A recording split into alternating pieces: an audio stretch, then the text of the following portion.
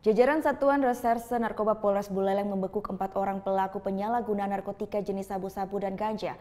Satu pelaku merupakan seorang tokoh adat di Kecamatan Sukasada, Buleleng.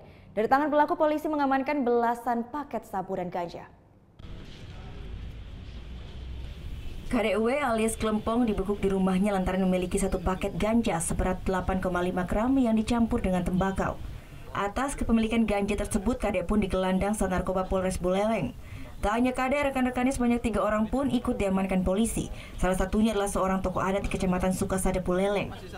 Ketiga pelaku yang ditangkap di tempat terpisah ini merupakan pengedar sabu-sabu di kawasan Kota Singaraja dan Kecamatan Sukasada, Buleleng.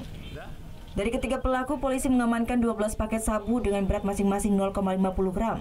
Sebanyak 7 paket sabu siap edar yang paling banyak ditemukan di rumah milik Nyoman S. warga desa Bakti Serage, Buleleng. Peredaran narkoba di Buleleng memang sangat memprihatinkan di kalangan masyarakat. Salah satunya keterlibatan tokoh masyarakat di Kecamatan Sukasada, Buleleng. Pengakuan tersangka sementara sih mereka hanya memesan, kemudian model sel putus, kemudian ditinggal di suatu tempat, kemudian diambil oleh si tersangka ini.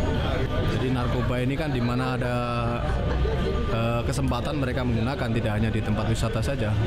Buktinya beberapa waktu yang lalu pengguna mereka menggunakan di tempat-tempat kos. Jadi artinya ketika tidak ada pengawasan, mereka pun menggunakan.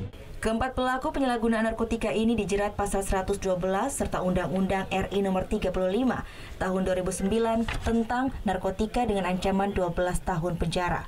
Putu Wijana melaporkan untuk NET. Oh yang beneran? Iya, oke. Tapi gue pernah.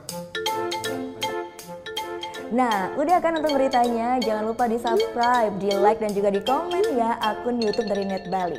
Terima kasih udah subscribe. Yang belum, jangan sampai lupa. Di sebelah sini nih. Notif subscribe.